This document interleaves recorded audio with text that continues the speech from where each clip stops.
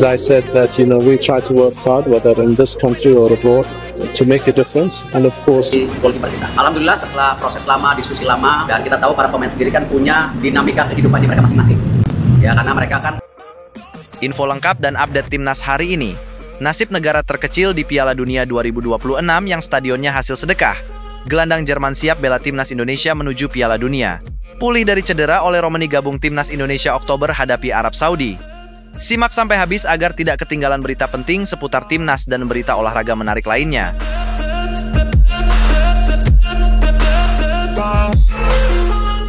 Halo semuanya, jumpa lagi di channel Timnas A1 yang membahas seputar timnas dan sepak bola menarik lainnya. Berita kali ini kita buka dengan kabar terbaru dari informasi Piala Dunia 2026 dan timnas Indonesia. Nasib negara terkecil di Piala Dunia 2026, stadionnya saja bahkan sedekah dari China. Bayangkan sebuah negara kecil di tengah Samudera Atlantik. Sebuah kepulauan yang luasnya hanya sekitar 4.000 km persegi dengan populasi tak lebih dari 600.000 jiwa. Namanya Cape Verde atau Tanjung Verde dalam bahasa kita. Negara yang mungkin bagi sebagian orang terdengar asing, kini justru sedang menjadi bahan pembicaraan dunia. Bukan karena politik, bukan karena ekonomi, melainkan karena sepak bola. Ya, sepak bola. Negara mungil ini tinggal selangkah lagi untuk mencetak sejarah, lolos ke Piala Dunia untuk pertama kalinya. Perjalanan Cape Verde di kualifikasi Piala Dunia 2026 zona Afrika benar-benar seperti dongeng. Mereka tergabung di grup D bersama raksasa Afrika seperti Kamerun, Angola, Libya, Eswatini, dan Mauritius. Dengan sistem baru, hanya juara grup yang berhak lolos langsung ke putaran final. Artinya, Cape Verde harus finish di puncak klasemen untuk bisa mewujudkan mimpi besar. Sebuah tugas yang di atas kertas mustahil, tapi nyatanya justru mereka jalani dengan penuh keberanian. Mari kita tarik ke momen paling ikonik sejauh ini. Pertandingan melawan Kamerun, tim yang sudah 7 kali tampil di Piala Dunia dan bahkan pernah mencapai perempat final pada 1990. Sebuah laga hidup mati di Praia, di Estadio Nacional de Cabo Verde. Stadion itu penuh sesak, atmosfernya mendidih. Dan di menit ke-54, seorang pahlawan muncul, Daylon Livramento mencetak gol tunggal. Satu gol yang mengguncang seluruh Afrika. Cape Verde menang 1-0 atas Kamerun. Bagi banyak orang, itu bukan sekadar kemenangan, tapi pernyataan keras bahwa negara kecil ini bukan lagi penggembira, mereka benar-benar pesaing. Kemenangan itu membuat Cape Verde melesat ke puncak klasemen. Bayangkan, mereka mengoleksi total 19 poin dari 8 laga, hasil dari 6 kali menang, sekali imbang, dan hanya sekali kalah. Statistik yang sungguh luar biasa. Bahkan di laga sebelumnya, mereka juga berhasil menundukkan Mauritius 1-0 lewat gol telat Yannick Semedo di menit ke-84. Bukan hanya itu, di partai tandang ke Angola, mereka mencuri kemenangan berharga dengan skor 2-1. Dari satu pertandingan ke pertandingan lainnya, Cape Verde membuktikan bahwa mereka punya mental juara. Kisah ini semakin menarik karena lawan terberat mereka, Kamerun, justru berada dalam tekanan besar. Kekalahan di Praia membuat Kamerun tertinggal 4 poin dengan hanya 2 laga tersisa. Posisi Cape Verde makin kokoh, peluang semakin terbuka lebar. Dengan 2 pertandingan terakhir melawan Libya dan Eswatini, nasib Cape Verde sepenuhnya ada di tangan mereka sendiri. Skenarionya sederhana, menang sekali lagi saja, maka sejarah itu terkunci. Sekarang bayangkan dampak dari sebuah pencapaian seperti ini. Cape Verde akan menjadi salah satu negara dengan populasi terkecil yang pernah tampil di Piala Dunia. Hanya sekitar 0,5 juta jiwa, tapi mampu menantang raksasa Afrika. Cerita ini mirip dengan Islandia ketika mereka menembus Euro 2016 atau Panama saat akhirnya menembus Piala Dunia 2018. Dunia sepak bola selalu punya ruang untuk kisah-kisah kecil yang melawan logika, dan Cape Verde adalah bab terbaru dari dongeng itu. Yang membuat kisah ini semakin epik adalah kondisi sepak bola mereka sendiri. Infrastruktur sepak bola di Cape Verde jauh dari kata mewah. Bahkan stadion utama mereka, Estadio Nacional de Cabo Verde, baru diresmikan pada 2014 dengan kapasitas sekitar 15.000 penonton. Sebuah stadion sederhana, tapi kini menjadi saksi lahirnya sejarah. Ada kabar yang beredar bahwa stadion itu dibangun dengan bantuan besar dari luar negeri, termasuk Tiongkok, meski tidak semua laporan resmi mengonfirmasi detail tersebut. Yang jelas, stadion itu kini menjadi simbol harapan. Dari situlah mimpi Piala Dunia mulai terlihat nyata. Para pemain Cape Verde sendiri mayoritas lahir di diaspora, tersebar di Eropa, terutama Portugal, Belanda, dan juga di liga-liga kecil lainnya. Daylon Livramento, Jamiro Monteiro, Ryan Mendes, nama-nama yang mungkin tidak setenar bintang Kamerun atau Nigeria, tapi punya determinasi luar biasa. Mereka bermain dengan hati, bukan hanya dengan kaki. Mereka tahu kesempatan ini mungkin hanya datang sekali seumur hidup.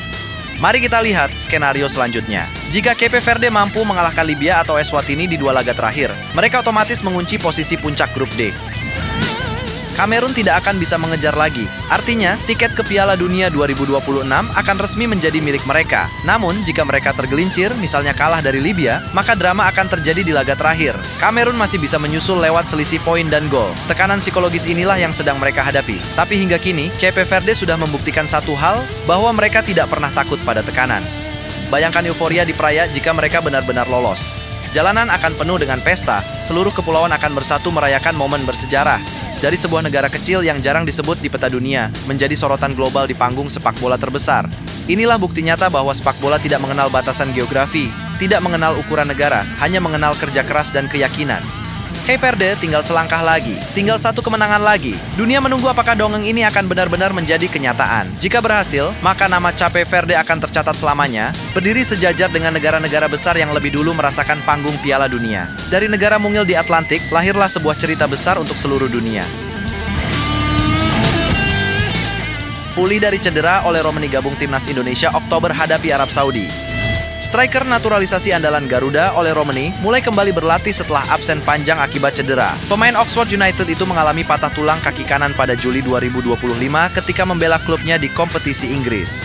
Setelah menjalani pemulihan, kini ia sudah berlatih mandiri di Amsterdam, Belanda, sebuah sinyal positif jelang putaran keempat kualifikasi Piala Dunia 2026 zona Asia. Perkembangan ini menjadi sorotan besar karena timnas Indonesia segera menghadapi laga krusial pada Oktober mendatang. Garuda tergabung di grup B bersama Arab Saudi dan Irak. Jadwalnya sudah jelas, Indonesia akan melawan Arab Saudi pada 8 Oktober 2025 dan 3 hari kemudian, 11 Oktober 2025, menghadapi Irak. Dua pertandingan ini menjadi penentu apakah Indonesia bisa membuka peluang lolos lebih jauh menuju Piala Dunia. Ketua Umum PSSI Erick Thohir menyampaikan bahwa kondisi Ole terus dipantau oleh tim medis klub maupun timnas.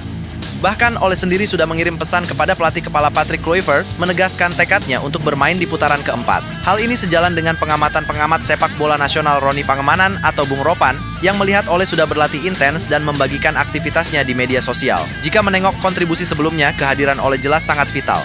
Sejak resmi menjadi WNI dan memperkuat timnas, dia sudah mencetak 3 gol dalam 4 pertandingan internasional. Beberapa momen krusial tercipta lewat kakinya. Gol tunggalnya di Stadion Utama Gelora Bung Karno pada 25 Maret 2025 memastikan kemenangan 1-0 atas Bahrain. Lalu, eksekusi penaltinya juga menghadirkan kemenangan 1-0 melawan China pada 5 Juni 2025. Catatan ini menunjukkan betapa efektifnya dia dalam laga-laga penting. Namun, cedera yang cukup parah tentu bukan hal sepele. Meski sudah mulai latihan mandiri, pertanyaan terbesar adalah apakah kondisinya cukup untuk tampil penuh dalam pertandingan resmi. Apalagi Arab Saudi dan Irak dikenal dengan gaya main cepat, fisik kuat, serta barisan pertahanan solid. Tanpa Ole, Indonesia sudah mencoba opsi lain seperti Ramadan Sananta atau Ragnar Oratmangun, tetapi hingga kini belum ada yang bisa menggantikan naluri gol Ole di kotak penalti. Arab Saudi sendiri bukan lawan baru. Mereka punya rekor impresif di kawasan Asia, begitu juga Irak yang dikenal tangguh dan sulit dikalahkan terutama jika bermain dengan dukungan penuh supporter. Kedua laga ini menuntut kesiapan maksimal bukan hanya fisik tetapi juga mental. Itulah sebabnya kehadiran Ole sangat dinantikan bukan hanya sebagai pencetak gol, tapi juga pemberi rasa percaya diri di lini depan. Dari sisi klasemen, Grup B menempatkan Indonesia pada posisi yang harus realistis namun penuh harapan. Satu kemenangan saja bisa memberi dorongan besar dalam perjalanan lolos ke Piala Dunia 2026. Setiap poin di laga melawan Arab Saudi dan Irak bisa menjadi pembeda antara melangkah ke fase selanjutnya atau terhenti di tengah jalan. Sementara itu, para pemain lain juga harus siap menutup celah bila Ole belum fit 100%. Patrick Kluivert dipastikan akan menyiapkan skema alternatif, mengingat kondisi fisik pemain yang baru pulih seringkali belum stabil untuk bermain 90 menit penuh. Mungkin Ole akan digunakan sebagai super sub, atau justru tetap dimainkan sejak awal dengan risiko diganti di babak kedua. Kabar baik ini tetap menjadi motivasi besar bagi para pendukung Garuda. Melihat Ole kembali berlatih adalah sinyal bahwa Indonesia tidak kehilangan mesin gol utamanya di saat paling penting. Namun, publik tetap harus realistis, karena proses pemulihan cedera serius tidak bisa dipaksakan. Jika Ole bisa hadir dalam performa mendekati terbaiknya, peluang Indonesia jauh lebih besar untuk memberikan kejutan melawan dua raksasa Asia ini. Kini kita tinggal menunggu waktu, kurang dari 3 minggu menuju kick-off melawan Arab Saudi. Semua mata tertuju pada Ole Romeni, apakah dia bisa kembali menjadi pembeda di kotak penalti, atau justru Patrick Kluivert harus mengandalkan skema tanpa striker murni. Apapun yang terjadi, kabar kembalinya Ole memberi energi baru bagi Garuda dan supporter di seluruh Indonesia. Gelandang Jerman siap bela timnas Indonesia menuju Piala Dunia. Hari ini tercatat sebagai hari di mana kabar mengejutkan datang dari Jerman. Dari Jerman, seorang pemain muda keturunan Indonesia bernama Laurin Ulrich mengirimkan sinyal yang membuat banyak hati bergetar. Gelandang serang milik VfB Stuttgart itu menyatakan bahwa ia belum menutup pintu sepenuhnya untuk kemungkinan membela timnas Indonesia di masa depan. Sebuah kalimat sederhana namun syarat makna yang seolah menjadi secercah cahaya bagi publik Garuda. Laurin Ulrich lahir pada 31 Januari 2005 di Heidenheim an der Brenz, Jerman. Dengan tinggi badan 1,8 meter, ia bermain sebagai gelandang tengah sekaligus gelandang serang. Sejak kecil ia sudah akrab dengan sepak bola, mulai dari klub TSG Netheim lalu bergabung dengan Akademi VfB Stuttgart pada tahun 2016. Karirnya terus menanjak, hingga pada musim 2020-23 ia menandatangani kontrak jangka panjang bersama Stuttgart. Perjalanan itu membawanya ke level profesional dan sejak itu namanya mulai diperhitungkan. Pada pertengahan 2024, Ulrich sempat dipinjamkan ke SSV Ulm 1846. Namun di sana ia hanya tampil 5 kali dengan total sekitar 70 menit bermain. Peminjaman itu dianggap kurang berhasil dan ia dikembalikan ke Stuttgart lebih awal. Tapi karirnya tidak berhenti di situ. Pada 1 Juli 2025, Stuttgart kembali meminjamkannya, kali ini ke Liga 1. FC Magdeburg, klub yang berlaga di Liga 2 Bundesliga. Bersama Magdeburg, ia mulai mendapatkan menit bermain lebih rutin dengan peran sebagai gelandang serang maupun gelandang tengah. Statistiknya memang belum mencatat gol, tapi pengalaman ini penting bagi perkembangannya.